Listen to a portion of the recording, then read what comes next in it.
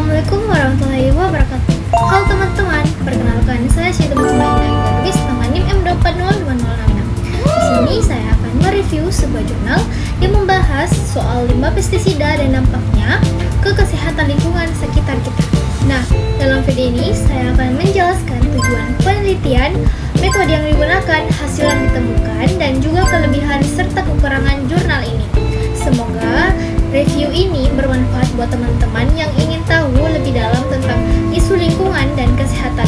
Langsung saja kita simak video ini baik-baik ya. Okay. Nah, judul penelitian yang akan saya bahas adalah The Impact of Pesticide Weather on Environmental Health, a Bibliometric Analysis. Judul ini sangat menggambarkan topik utama yang akan dibahas. Jurnal ini dipublikasikan di Jurnal Biologi Tropis volume 25 nomor 2 pada periode April sampai Juni tahun 2025. Dengan sumber tersebut, tentu jurnal ini tergolong baru dan relevan untuk isu lingkungan saat ini. Siapa sih penulisnya? Penulisnya adalah Dea Kasnelia Putri dan Elsa Yuniarti. Keduanya berasal dari institusi yang memiliki fokus di bidang biologi dan lingkungan. Apa tujuan penelitiannya? Tujuan penelitian ini adalah untuk mengetahui dampak limbah pestisida terhadap kesehatan lingkungan. Penulis ingin melihat gambaran besar dan dari tren publikasi ilmiah mengenai limbah pestisida mulai tahun 2018 hingga 2024. Melalui penelitian ini diharapkan terbuka wawasan baru untuk pengelolaan limbah secara lebih bijak dan berkelanjutan. Metode apa sih yang digunakan? Peneliti ini menggunakan pendekatan deskriptif kualitatif yang dipadukan dengan analisis bibliometrik. Jadi, penulis mengumpulkan artikel-artikel dari database Scopus dengan kata kunci pesticide and weather and health. Kemudian menganalisisnya menggunakan software khusus yaitu VOC Viewer. Apa sih variabel dan definisi operasionalnya? Kalau bicara variabel, penelitian ini memusatkan perhatian pada limbah pestisida yang secara operasional didefinisikan sebagai air limbah yang mengandung residu bahan kimia pestisida.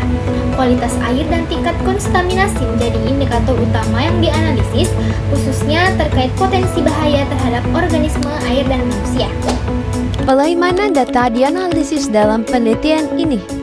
Dari segi analisis data, penulis memanfaatkan teknik pemetaan, kata kunci, dan trend research agar bisa melihat pola global serta kolaborasi antar peneliti di bidang toksikologi lingkungan.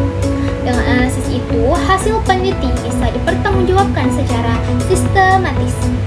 Apa hasil utama dari penelitian ini? Sebagai hasilnya, peneliti ini menemukan bahwa limbah pestisida semakin menurunkan kualitas air, terutama melalui penurunan kadar oksigen terlarut yang berbahaya bagi organisme air.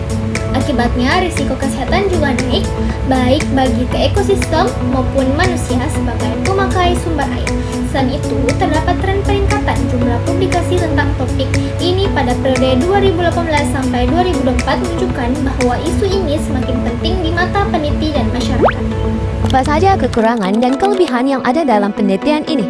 Meskipun demikian, peneliti ini punya beberapa kelemahan, misalnya data yang digunakan semuanya bersifat sekunder karena hanya mengendalikan review literatur, sehingga belum ada data primer atau eksperimen langsung.